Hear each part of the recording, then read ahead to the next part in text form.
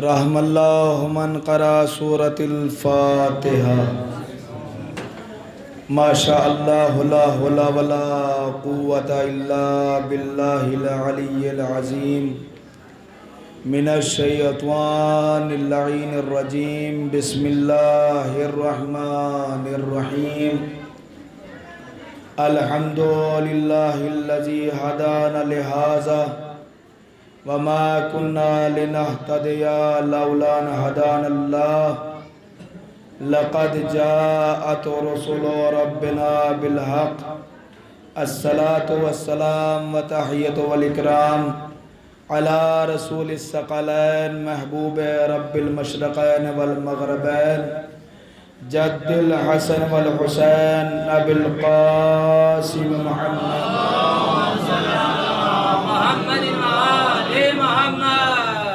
وعلى أهل بيته الطيبين الطاهرين المعصومين المظلومين ولعنة الله على أعدائهم أجمعين من ليلنا هذا إلى قيام يوم الدين.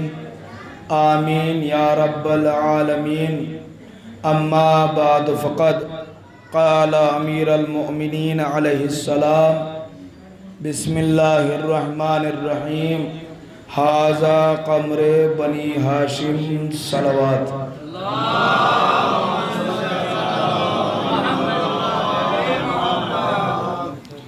اعزائے گرامی، محترم سامعین، عزاداران سید الشہداء، زندگی میں شاید پہلی بار ایسا ہو رہا کہ میں وعدہ خلافی کر رہا ہوں اور ممبر پر بیٹھ کر. مجھے ابھی فوراً مجلس کے لیے جانا تھا، فون آ رہا ہے. چونکہ میرے گھر کی مجلس ہو تو مجھے بڑی فکر رہتی ہے، دوسرے گھر کی مجلس ہو نہ ہو مجھے کوئی فکر نہیں ہے. لہٰذا مجھے بھی معاف کریں، میں ان کو کوئی جواب نہیں دے رہا ہوں. مجھے 11:30 بجے بیڑلے میں مجلس پڑھنا تھا اور 11:30 بجے تقریباً 11:45 بج رہے ہیں اور میں ممبر پہ بیٹھا ہوں. چونکہ مسئلہ سب سے بڑا یہ ہے، ایک بات سخت ہے کہہ دوں کہ فلاں کی مجلس ہو نہ ہو تھوڑا سا ہمارا ماتم دکھ جائے. سیدھی بات کہہ رہا ہوں، 2-4 والی بات ہے. وقت خود مجتہد نے فرمایا ہے کہ جو وقت کی اہمیت کو نہیں سمجھتا نا، ایک وقت وہ آتا ہے جب وقت اس کی اہمیت کو نہیں سمجھتا. لہٰذا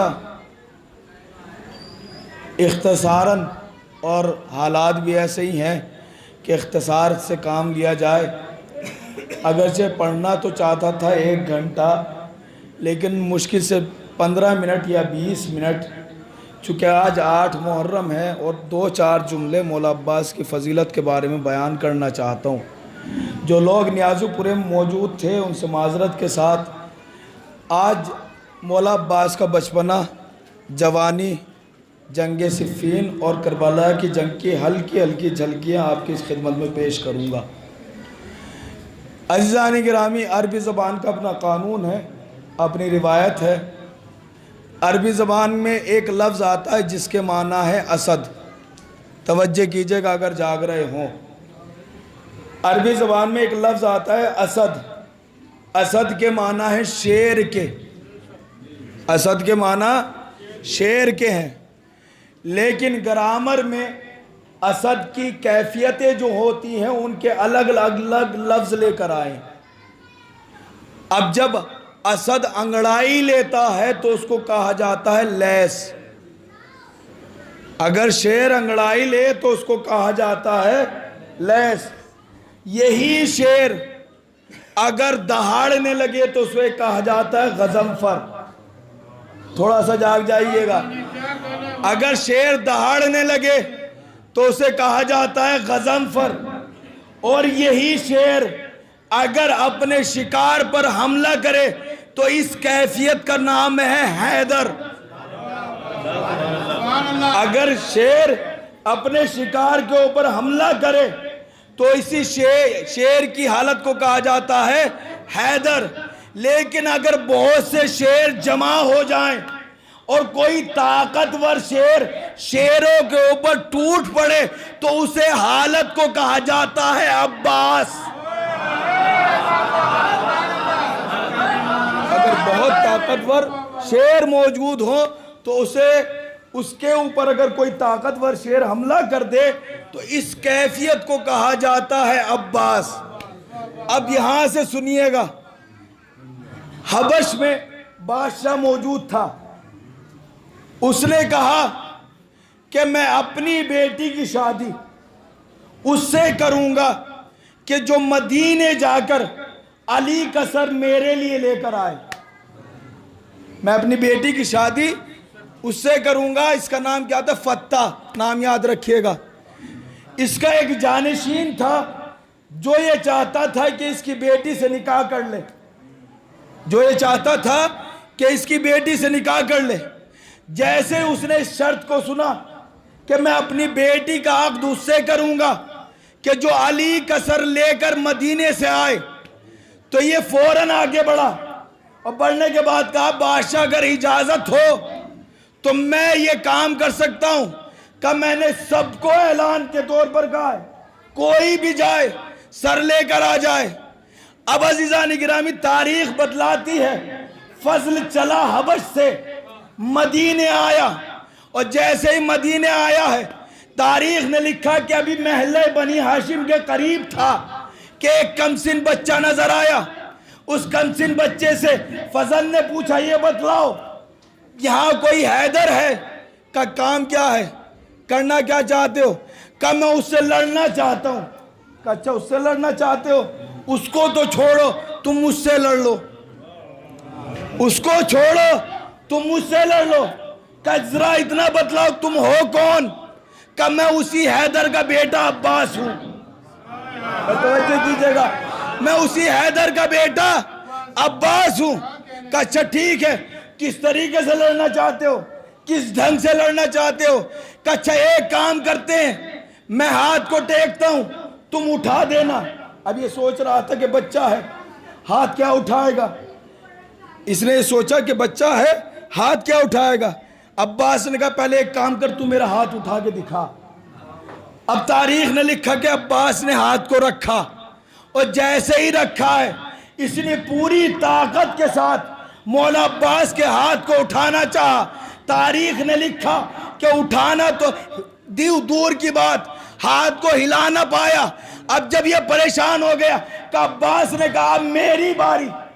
اب مولا عباس آگے بڑھے، مولا نے کہا تو اپنا ہاتھ رکھ۔ اب جیسے اس نے ہاتھ رکھا عباس نے کلائی کو پکڑا، زمین سے جدا کیا، فضا میں لے کر آئے، فضا سے ہوا میں لے کر آئے، ہوا سے آسمان کی طرف پھینکا، آسمان کی طرف پھینکا ہے۔ جب زمین پر آ کر گرا تو بے ساختہ لبوں سے جملہ نکلا جب بیٹا ایسا ہے تو باپ کیسا ہوگا۔ جب بیٹا ایسا ہے تو باپ کیسا ہوگا۔ یہی عباس جنگ صفین ہے، 40 ہجری ہے، مولا علی نے اعلان کیا کہ یہ بتلاؤ میرا کون سا بیٹا جنگ کرے گا۔ تاریخ نے لکھا کہ ایک طرف سے حسن آگے بڑھے، مجھے پتا ہے اونگ آنے لگی ہے، ایک طرف سے حسن آگے بڑھے، ایک طرف سے حسین آگے بڑھے۔ اب جیسے ہی بڑھے ہیں باپ کے ہاتھ کو چوما، اور چومنے کے بعد کہا بابا آج ہمارا دل چاہتا ہے کہ ہم جنگ کریں۔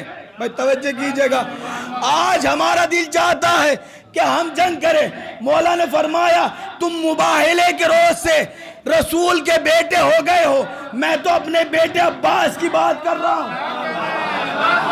میں اپنے بیٹے عباس کی بات کر رہا ہوں۔ تاریخ نے لکھا حسن پیچھے ہٹے، حسین پیچھے ہٹے، وفا کا پروردگار آگے بڑھا، اور بڑھنے کے بعد کہا بابا میں جنگ کروں گا، بابا میں جنگ کروں گا، بابا میں جنگ کروں گا۔ مولا نے کہا ٹھیک ہے تم جنگ کرنا، تم لڑنا، لیکن میری ایک شرط ہے، اس طریقے سے جنگ کرنا کہ دشمن پہچان نہ پائے کہ رسول کا شیر لڑ رہا ہے کہ علی کا شیر لڑ رہا ہے۔